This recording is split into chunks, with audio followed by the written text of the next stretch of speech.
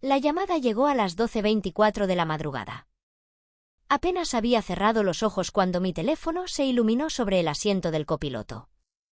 Me dolía el cuello por intentar dormir dentro de un auto que nunca había sido diseñado para eso, y todavía tenía los dedos entumidos por el frío. El nombre que apareció en la pantalla hizo que se me encogiera el estómago. Miguel. Contesté al tercer timbrazo. Durante unos instantes, no dijo nada.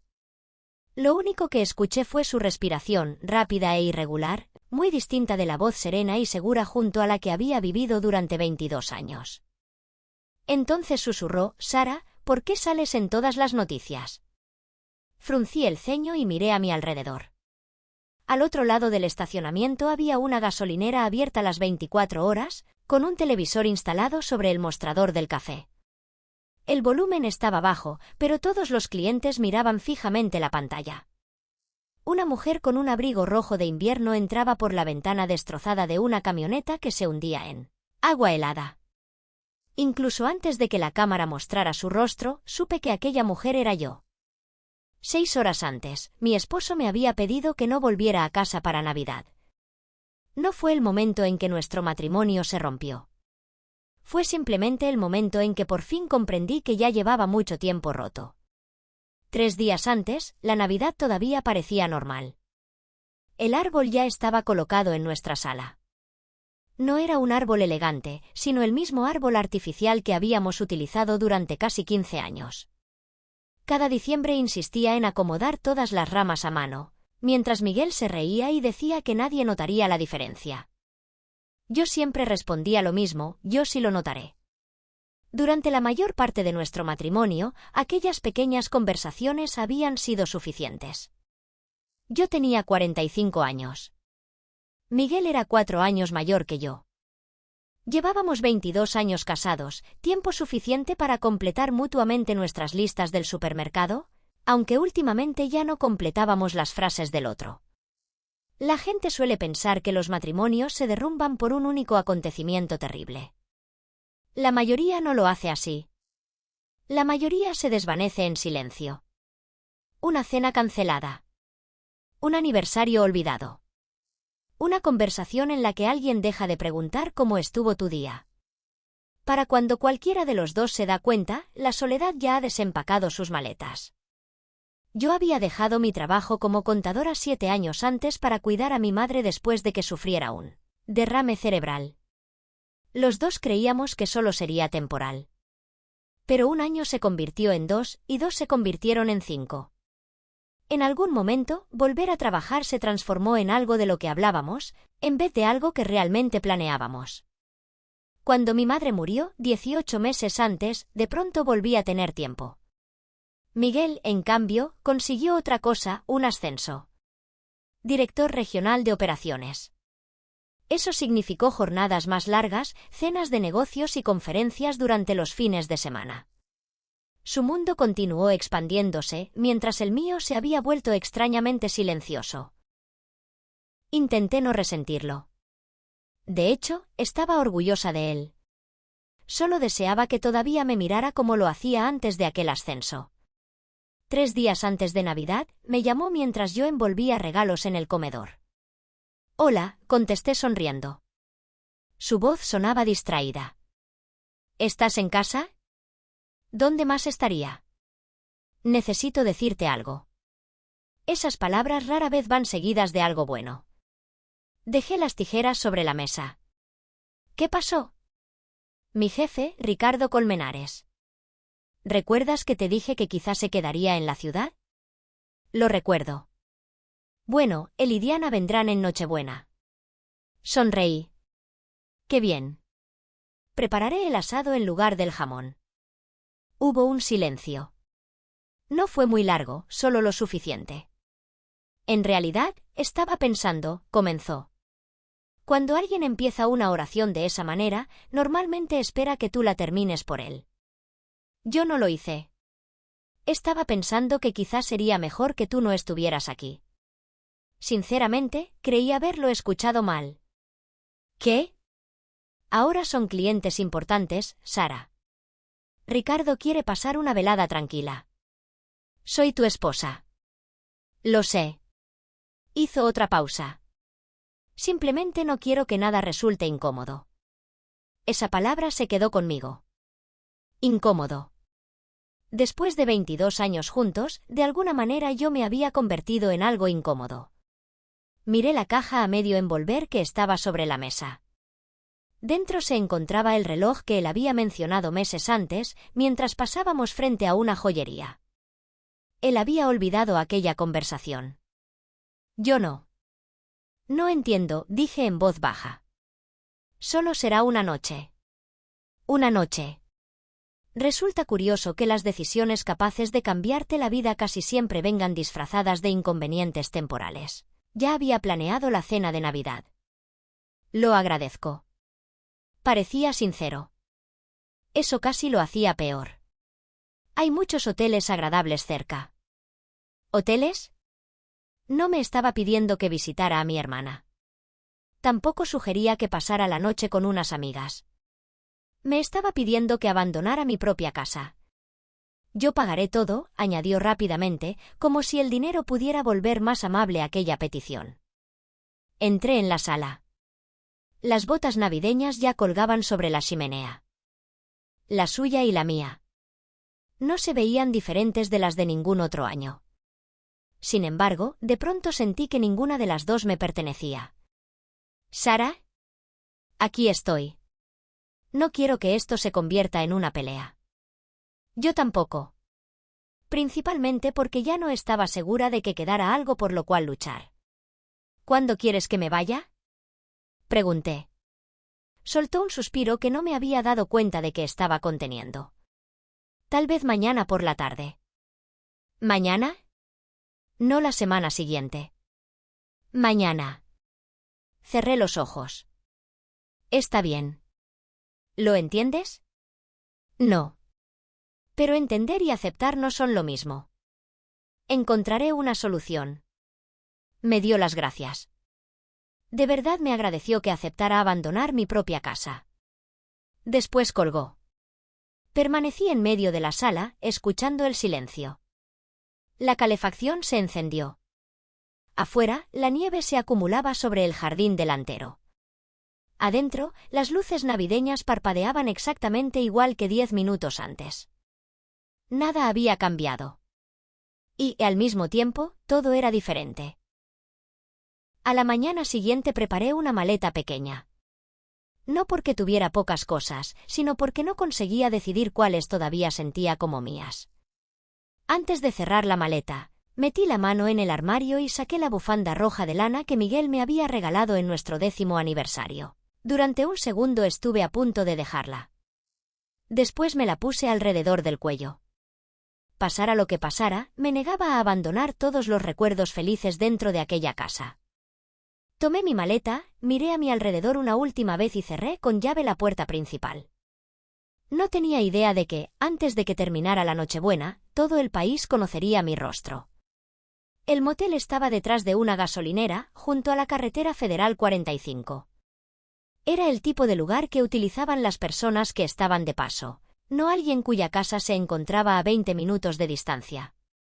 El letrero exterior parpadeaba, mostrando alternativamente las palabras habitaciones disponibles, y unas cuantas letras apagadas.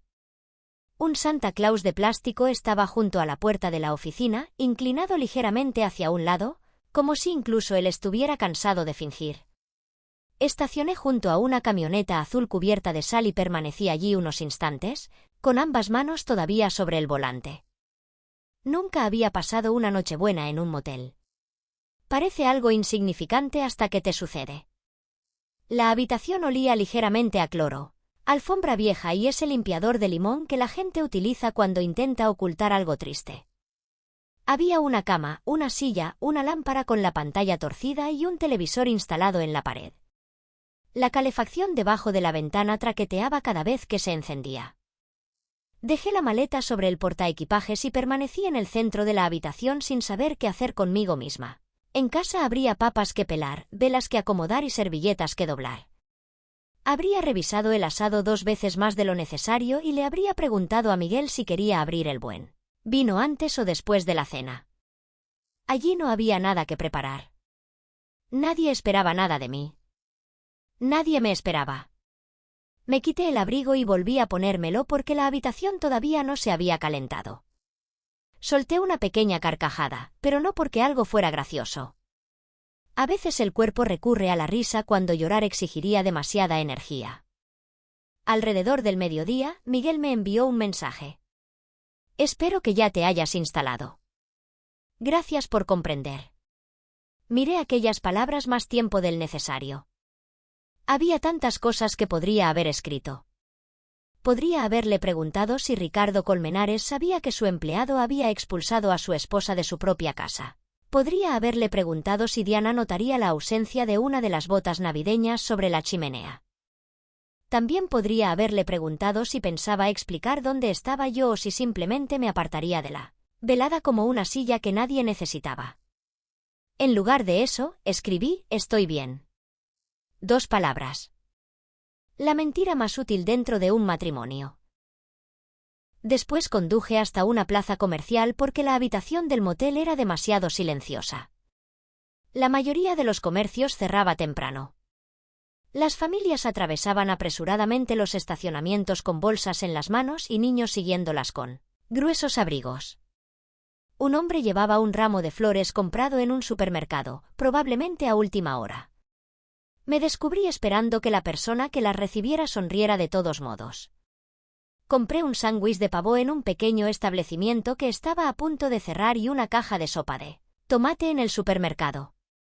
En la caja, una joven con esmalte plateado en las uñas me preguntó si tenía grandes planes para Navidad. Casi respondí que sí. Después dije: será una Navidad tranquila. Ella asintió como si aquello sonara agradable. Quizá lo fuera para algunas personas. De vuelta en el motel, comí sentada en el borde de la cama. El pan del sándwich estaba seco. La sopa tenía demasiada sal. Terminé ambos porque desperdiciar comida todavía me parecía incorrecto, incluso en una noche en la que todo lo demás estaba fuera de lugar. Al final de la tarde, la nieve comenzó a caer de manera constante. Los copos giraban bajo las luces del estacionamiento, suaves y hermosos cuando se observaban detrás del vidrio. Encendí el televisor, pero no lo miré. Transmitían películas navideñas en 3 canales.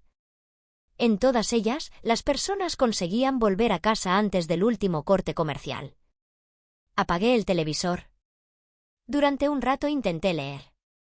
Después llamé a una de mis hermanas, que vivía en Sonora, pero la llamada se fue al buzón de voz.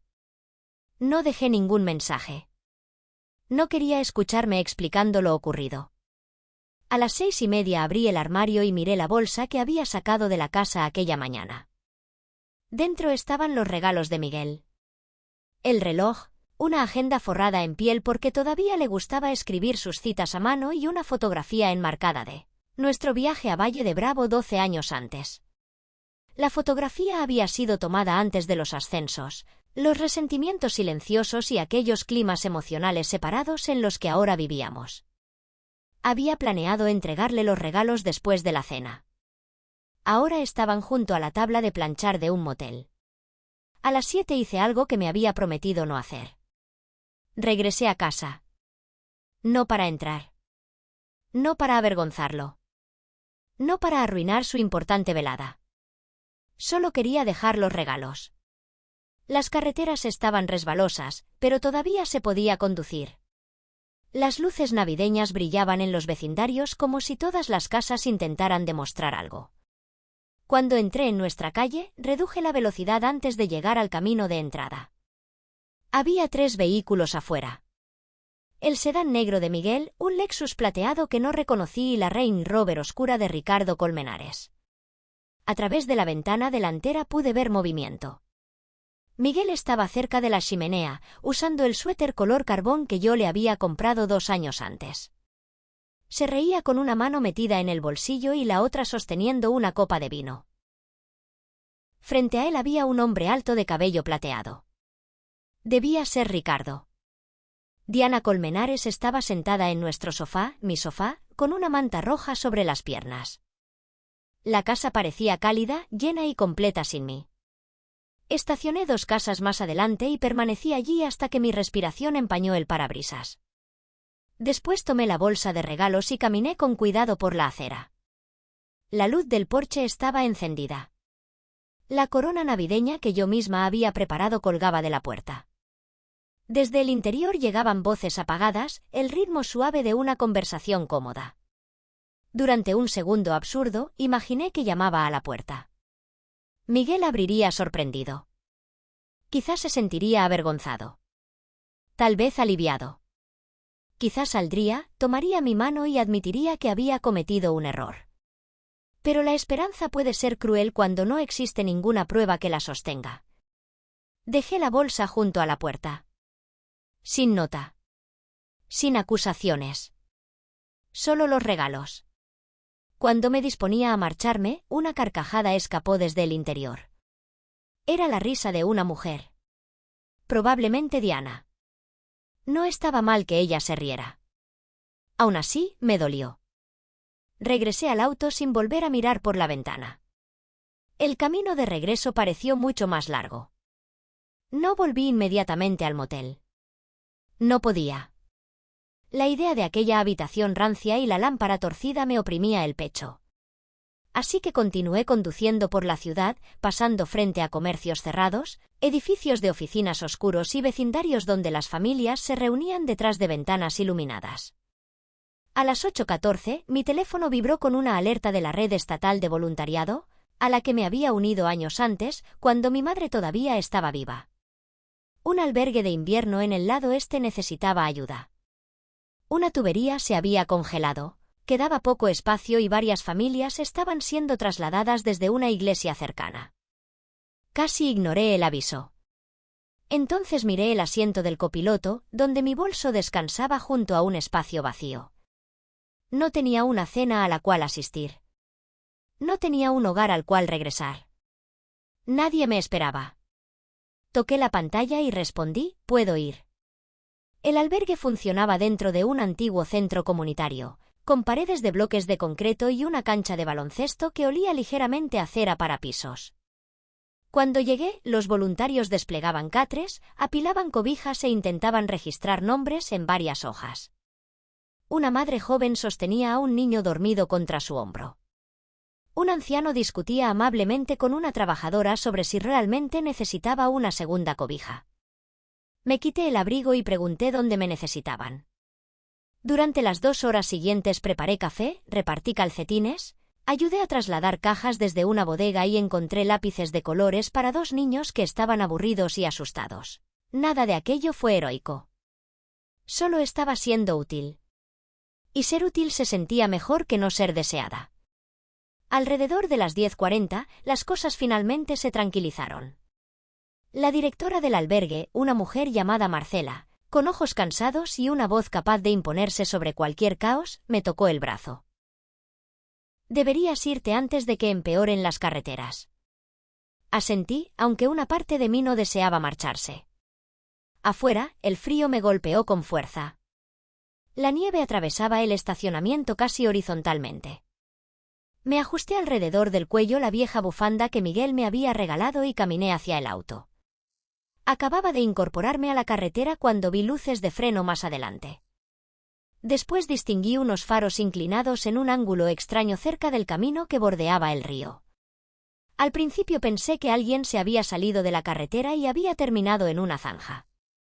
Entonces vi la camioneta. La parte delantera había atravesado la barrera de seguridad.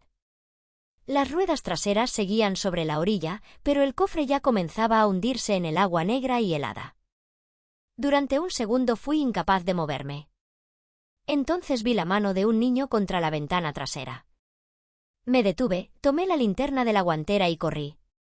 El viento estuvo a punto de derribarme cuando llegué a la barrera.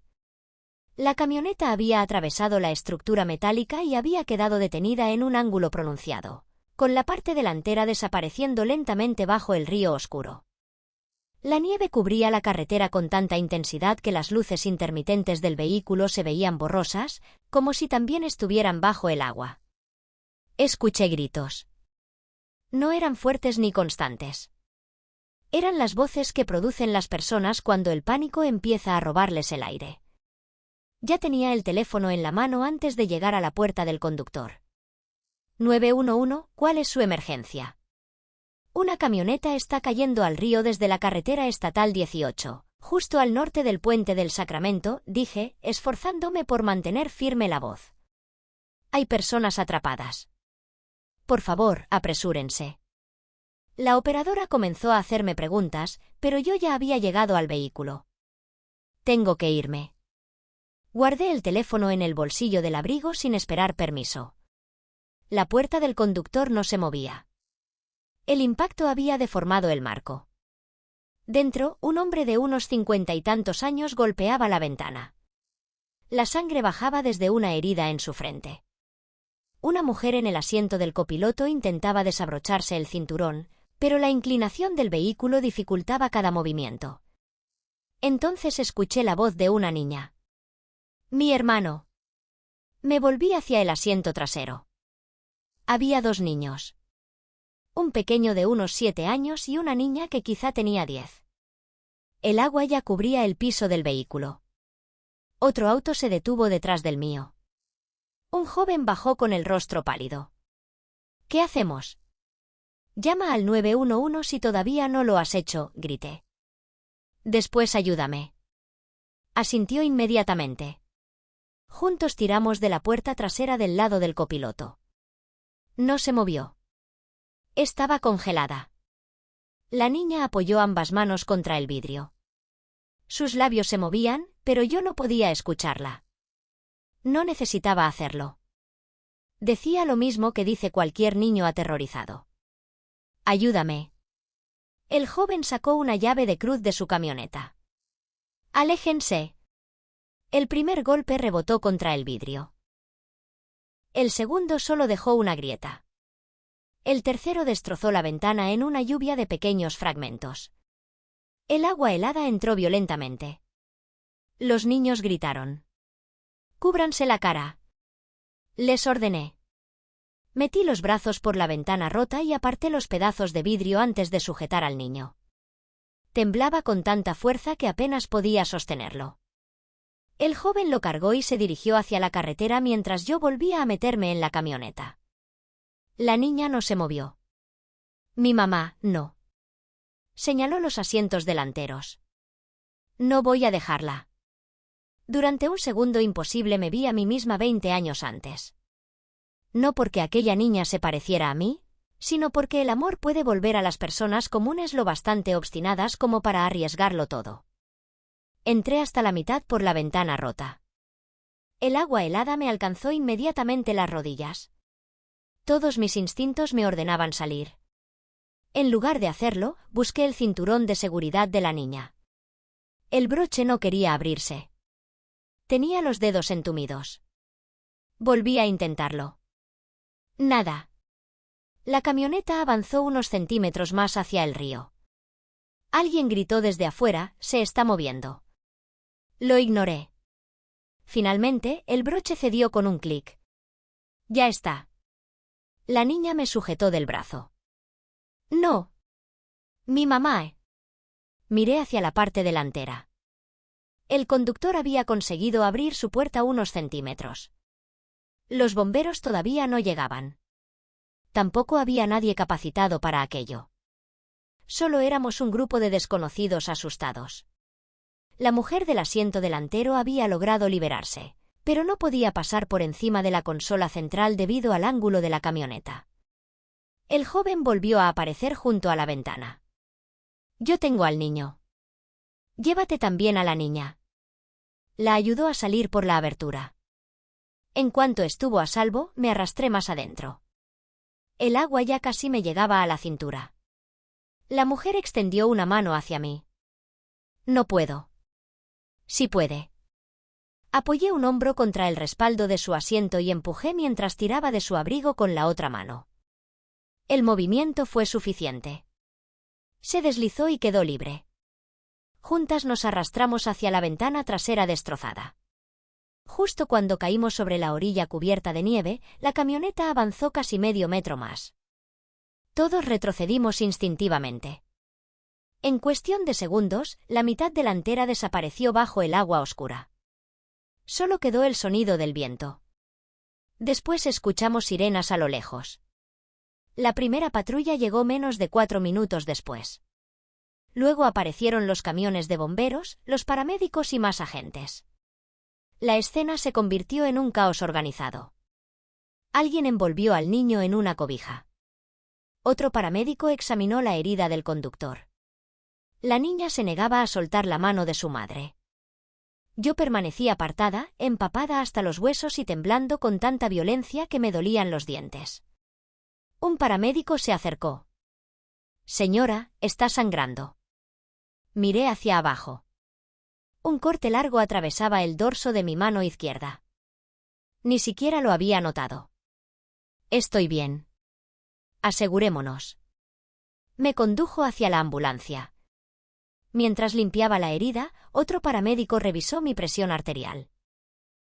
«Usted entró en ese vehículo». Asentí. Pudo haber muerto. Ellos también. Sonrió débilmente. Es un buen argumento. Al otro lado de la carretera vi una cámara de televisión. Era un equipo de noticias local.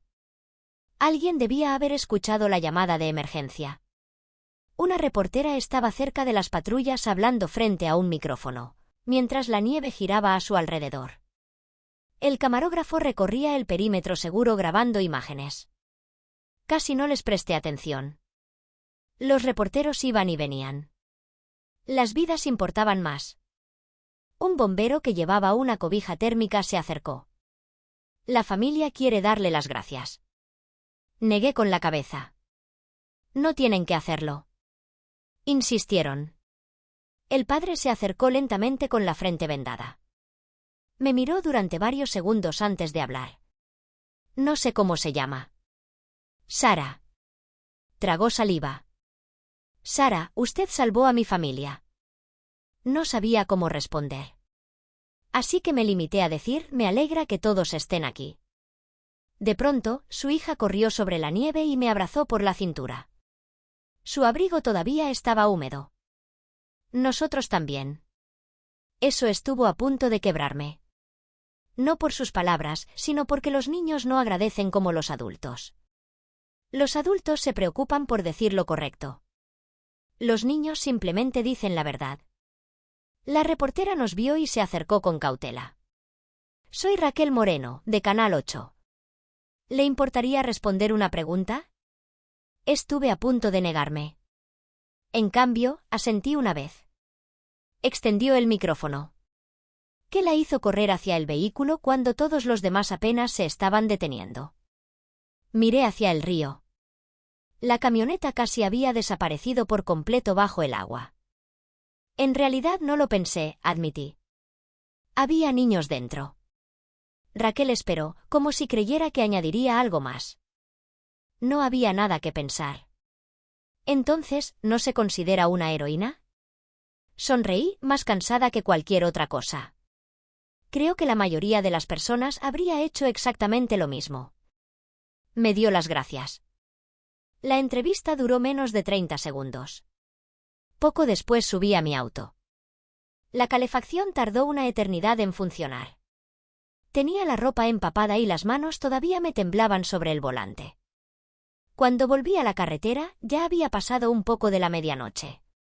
No tenía idea de que aquella breve entrevista ya estaba siendo repetida en todos los canales locales.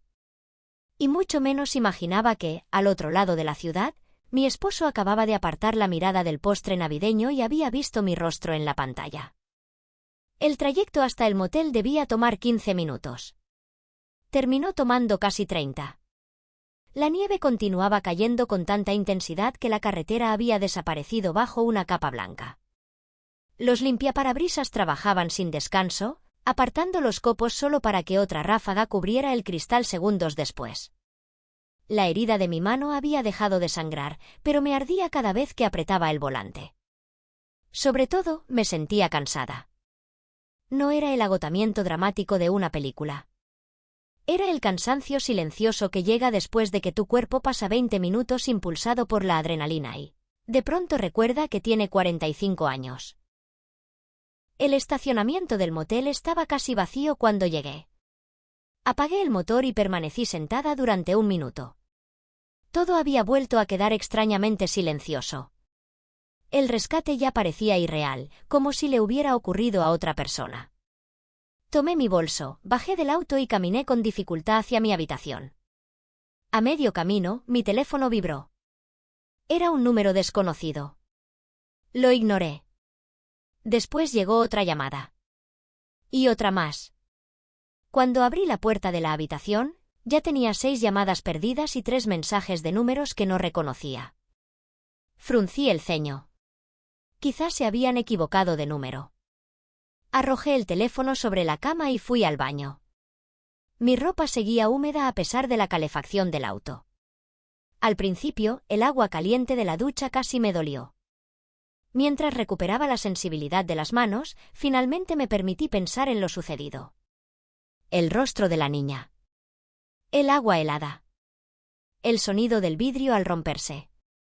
El padre dándome las gracias. Entonces apareció otro pensamiento. Miguel. Por un segundo me pregunté cómo habría transcurrido la cena de Navidad. ¿Le habría gustado el asado a Ricardo? ¿Diana habría elogiado las decoraciones? ¿Alguien habría preguntado dónde estaba la esposa de Miguel? Aparté aquellos pensamientos. Ya no importaba. Después de secarme, me puse unos pantalones deportivos y una vieja camiseta universitaria de Miguel que había guardado en la maleta sin pensarlo. Viejas costumbres. Algunas tardan mucho en desaparecer. Acababa de sentarme en el borde de la cama cuando mi teléfono explotó en notificaciones. Una vibración. Otra. Y otra más. Mensajes de voz, llamadas perdidas y mensajes de texto. Entonces apareció un nombre. Miguel. No me había llamado ni una sola vez desde que me pidió que abandonara la casa. Ahora llamaba después de la medianoche. Contesté. ¿Bueno? Silencio. Después escuché su respiración rápida e irregular. Sara. Aquí estoy. Hubo otra pausa. Cuando finalmente habló, su voz casi no parecía la suya. Cariño. Tragó saliva. ¿Por qué sales en todas las noticias? Fruncí el ceño. ¿Qué? Te están mostrando en televisión. ¿De qué estás hablando? En todos los canales, respondió atropelladamente. No dejan de repetirlo. Miré el televisor instalado sobre el mueble. Todavía estaba apagado. Tomé el control remoto y presioné el botón. Apareció inmediatamente un canal local. Noticias de última hora. Rescate en Nochebuena. La pantalla se llenó con las imágenes. Allí estaba yo, corriendo entre la nieve hacia la camioneta. Otro ángulo mostraba el momento en que entraba por la ventana trasera destrozada. Después aparecía la niña rodeándome con los brazos. Las imágenes se repetían una y otra vez. Me quedé mirando sin decir una palabra. He intentado comunicarme contigo durante 20 minutos, dijo Miguel. No lo sabía. Ya lo sé. Durante varios segundos, ninguno habló. Entonces escuché otra voz de fondo. Ricardo. Aunque sonaba apagada, resultaba inconfundible. ¿Pudiste comunicarte con ella? Miguel cubrió parcialmente el teléfono. Sí. Incluso desde la distancia pude escuchar la incredulidad en la voz de Ricardo Colmenares. ¿Está bien? Miguel respondió en voz baja. Sí. Entonces Ricardo formuló la pregunta que lo cambió todo. Esa mujer que salvó a esas personas.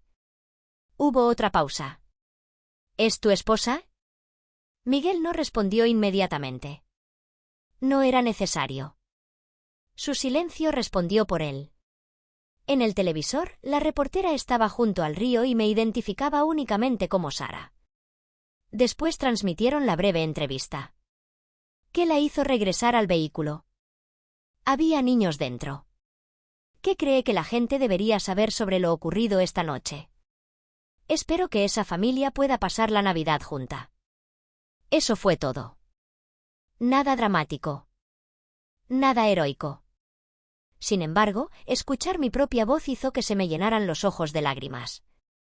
Mientras yo deseaba que otra familia pudiera permanecer unida, la mía ya se había desmoronado. Miguel volvió a hablar. Sara. Sí. Voy a recogerte. La frase llegó demasiado tarde. Miré alrededor de la habitación. Una maleta. Un vaso de papel junto al lavabo. Una corona navideña de plástico colgada de manera torcida fuera de la ventana. No. No debí pedirte que te fueras. No. Cometí un error. Tomaste una decisión. La diferencia quedó suspendida entre nosotros. Pesada. Real. No estaba pensando. Lo sé. Necesito explicártelo. Cerré los ojos. Esta noche no tienes que hacerlo. Exhaló con dificultad. Nunca me había sentido tan avergonzado de mí mismo. Le creí. Eso no borraba nada. Mientras seguíamos hablando, apareció otra notificación en la pantalla. Raquel Moreno, de Canal 8, solicitaba una entrevista. Después llegó otra. Y otra más. Una televisora estatal, un productor de radio y una persona de un programa matutino nacional. Silencié el teléfono durante un segundo mientras observaba aquella avalancha de solicitudes. El rescate se había convertido en una noticia. A las personas les encantaban los milagros navideños. Les gustaban las historias de personas comunes haciendo cosas extraordinarias. No tenían idea de que la mujer que aparecía en sus televisores no tenía un lugar donde pasar la Nochebuena. Miguel escuchó las notificaciones. ¿Quién está llamando? Reporteros. ¡Ay! Su voz sonó más pequeña que nunca. Probablemente te preguntarán dónde estabas esta noche. No respondí porque sinceramente no lo había pensado. La verdad no era complicada. Tampoco era escandalosa. Simplemente era triste. Casi de inmediato, un productor dejó un mensaje de voz. Señora Benítez, nos encantaría conocer su historia. Mi historia. Casi me reí. El rescate no era realmente la historia. La verdadera historia había comenzado 3 días antes, con una tranquila llamada telefónica. Miguel volvió a hablar. Por favor, no se lo cuentes. ¿Qué cosa? Lo nuestro. Miré nuevamente el televisor. Las imágenes se repitieron una vez más. La niña. El vidrio destrozado. El río. Después pensé en nuestra sala y en el espacio vacío donde debería haber estado mi bota navideña. Todavía no he decidido contarle nada a nadie. Te lo agradezco. No le dije que lo estuviera protegiendo. Hubo otro silencio. Esta vez fue más largo. Finalmente dije, regresa con tus invitados, Miguel. Ya se fueron. Eso me sorprendió. ¿Cuándo? Unos 20 minutos después de que comenzaran las noticias. No pregunté por qué. Ya lo sabía. Algunos momentos revelan a una persona con más claridad que cualquier discurso. Miguel había pasado toda la velada intentando impresionar al hombre que firmaba sus cheques. En cambio, aquel mismo hombre había encendido el televisor y descubierto exactamente cómo su empleado trataba a su propia esposa. La ironía no me produjo satisfacción. Solo tristeza. Espero que puedas dormir un poco, dijo Miguel en voz baja. Yo también lo espero. La llamada terminó. Dejé el teléfono sobre la mesa de noche y volví la mirada hacia el televisor. Afuera, la nieve continuaba cayendo sobre el estacionamiento vacío. Adentro, todos los canales parecían contar la misma historia. Una mujer había arriesgado todo para que unos desconocidos pudieran despertar en Navidad junto a las personas que amaban. Nadie sabía que aquella mujer había pasado la noche preguntándose si todavía tenía un lugar dentro de su propio hogar. A la mañana siguiente desperté con la luz del sol reflejándose sobre la nieve recién caída. Durante unos segundos olvidé dónde estaba. Después vi las cortinas del motel, la pequeña mesa redonda y el vaso de café de papel junto al televisor. Era Navidad. No exactamente como había imaginado pasarla. Mi teléfono finalmente había dejado de vibrar poco antes del amanecer. Cuando lo revisé, había más de 100 notificaciones. Amigos con quienes no hablaba desde hacía años, antiguos compañeros de trabajo, vecinos y personas de mi vieja iglesia. Todos los mensajes decían alguna versión de lo mismo. «Te vimos en la televisión, ¿estás bien? Estamos muy orgullosos de ti». Uno destacaba entre los demás. Era de Raquel Moreno, la reportera. «Sara, entiendo que ha tenido una noche muy larga. Si está dispuesta, me gustaría escuchar su historia. No solo la del rescate, sino también la de la persona detrás de él». Leí el mensaje 2 veces. Después dejé el teléfono. Durante años había cuidado en silencio a mi madre. También había hecho trabajo voluntario siempre que podía. Había vivido una vida común. El rescate no me convertía en una persona extraordinaria. Simplemente había colocado una decisión ordinaria dentro de unas circunstancias extraordinarias. Después de entregar la habitación, me detuve en una pequeña cafetería a las afueras de la ciudad de Chihuahua. La mesera me reconoció casi de inmediato. «¿Usted no es la mujer de las noticias?». Sonreí con incomodidad. «Supongo que sí». Se negó a cobrarme el desayuno. Yo protesté. Ella insistió. «Es Navidad. Deje que alguien haga algo bonito por usted». Le di las gracias y de todos modos dejé una propina adicional debajo de la taza de café. Alrededor del mediodía, Raquel volvió a llamar. Esta vez contesté. «Le prometo que no busco ningún drama», dijo. «Ya he tenido suficiente drama». Ella soltó una pequeña risa. Me lo imaginaba. Nos encontramos en un parque tranquilo con vista al río congelado. No había cámaras ni equipo de televisión. Solo Raquel, una libreta y 2 vasos de café. Durante casi una hora me preguntó sobre mi trabajo voluntario, mi madre, mi carrera antes de convertirme en su cuidadora y lo que había pasado por mi mente cuando vi la camioneta. Nunca me pidió que exagerara. Nunca me interrumpió. Entonces formuló una última pregunta. ¿Qué se suponía que estaría haciendo anoche?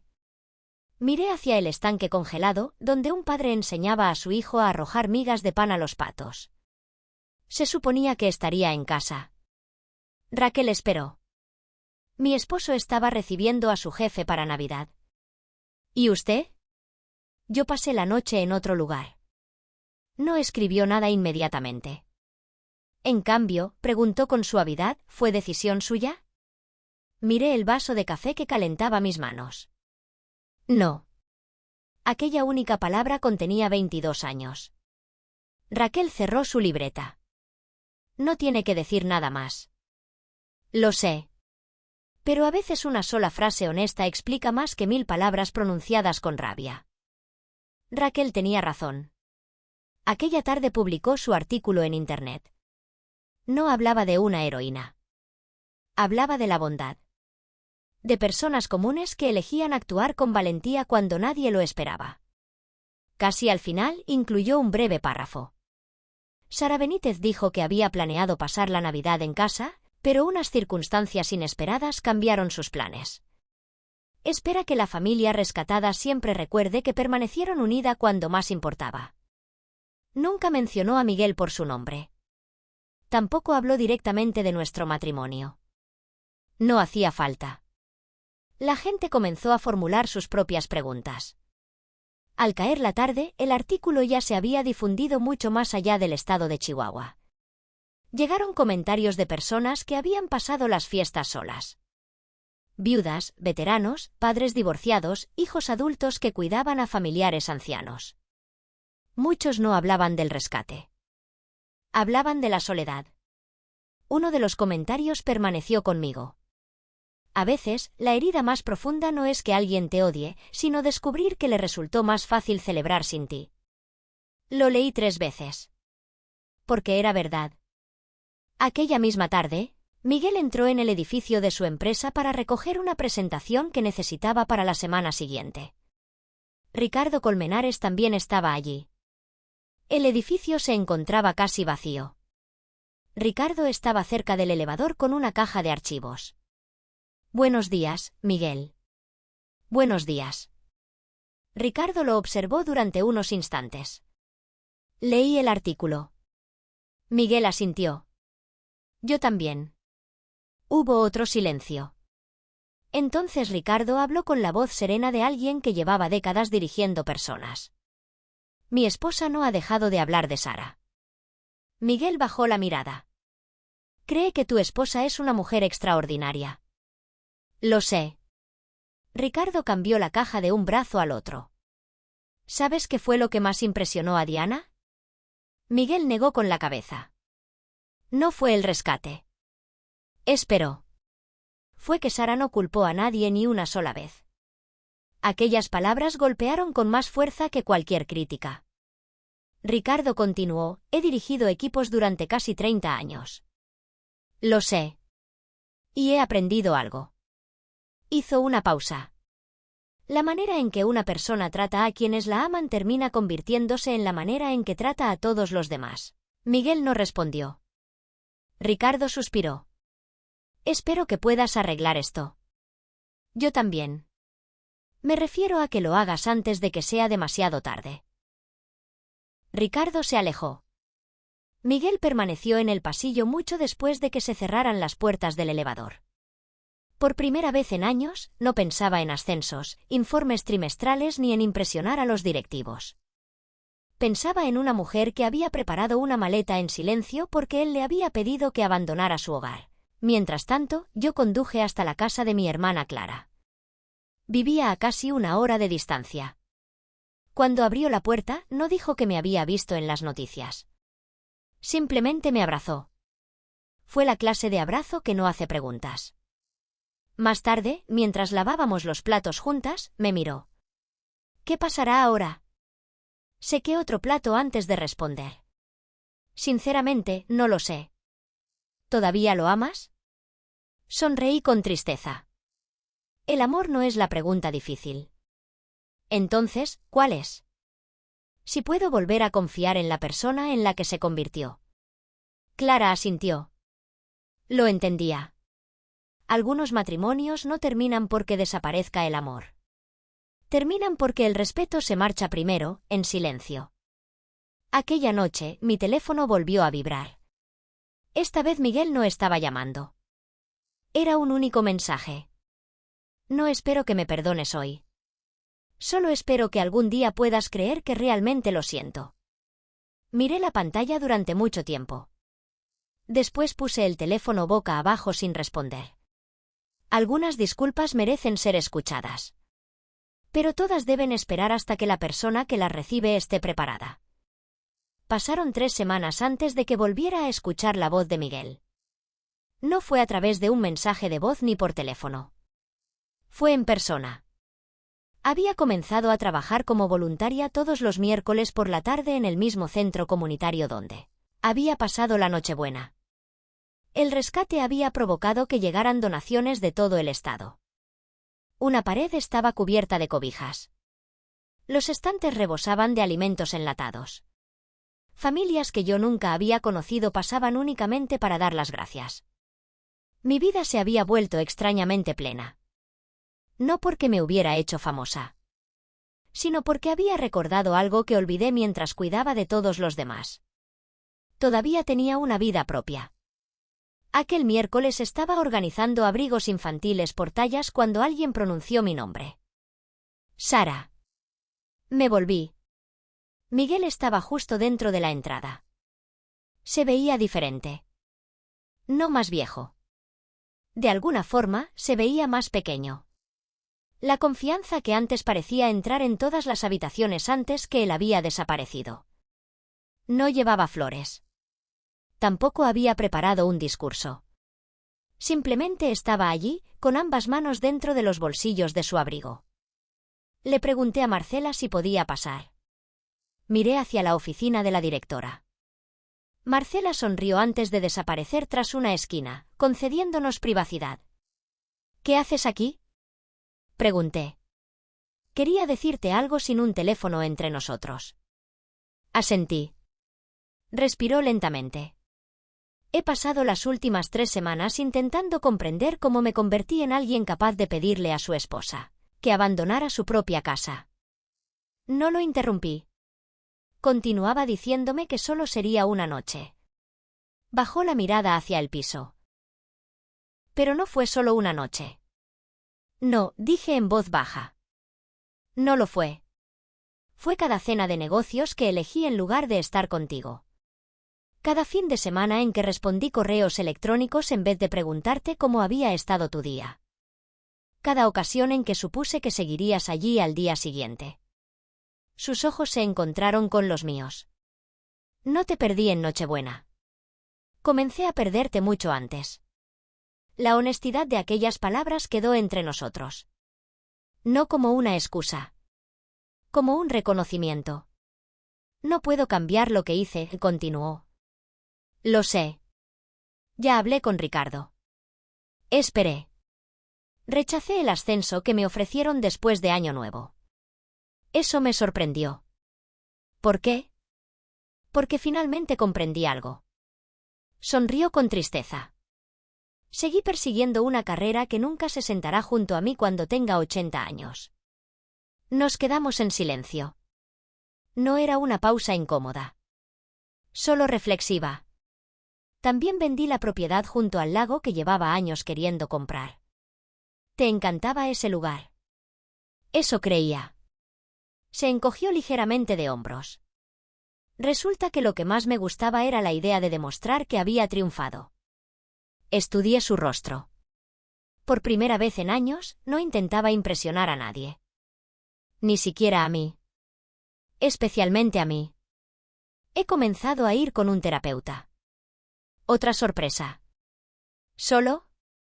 Por ahora, sí. Asintió una vez. Necesitaba que alguien me explicara por qué el éxito había comenzado a parecerme más importante que la bondad. No pude evitar sonreír un poco. ¿Y qué te dijo? Me dijo algo que probablemente recordaré durante el resto de mi vida. Miguel miró a las familias que caminaban por el centro comunitario. Dijo que la ambición se vuelve peligrosa en el momento en que te pides sacrificar a las personas que te dieron la fuerza para perseguirla. Ninguno habló durante varios segundos. Finalmente formulé la pregunta que llevaba conmigo desde Navidad. ¿Por qué no le dijiste simplemente que no a Ricardo? Miguel cerró los ojos brevemente. Porque tenía miedo. ¿De qué? De que pensara que yo no estaba lo bastante comprometido con el trabajo. Soltó una carcajada amarga. Una semana después me dijo que me habría respetado más si hubiera insistido en que mi esposa permaneciera en su casa. La vida posee un extraño sentido de la ironía. Aquello que tememos perder suele escaparse precisamente por las decisiones que tomamos intentando protegerlo. Miguel metió una mano en el bolsillo del abrigo. Traje algo. No era una joya. Tampoco un regalo costoso. Era mi bota navideña. La que había colgado junto a la suya cada diciembre. Ya no podía mirar la chimenea. La sostuvo con cuidado. No espero que regreses a casa hoy. La acepté. El tejido todavía olía ligeramente al cedro de la caja donde guardábamos los adornos en el ático. Ni siquiera sé si volverá a existir un hogar para nosotros. Lo entiendo. Y esta vez quiero decir que realmente lo entiendo. Lo sé. Sonrió. Siempre has sido honesta. He aprendido que la honestidad es más amable que una falsa esperanza. Asintió. Esperaré todo el tiempo que sea necesario.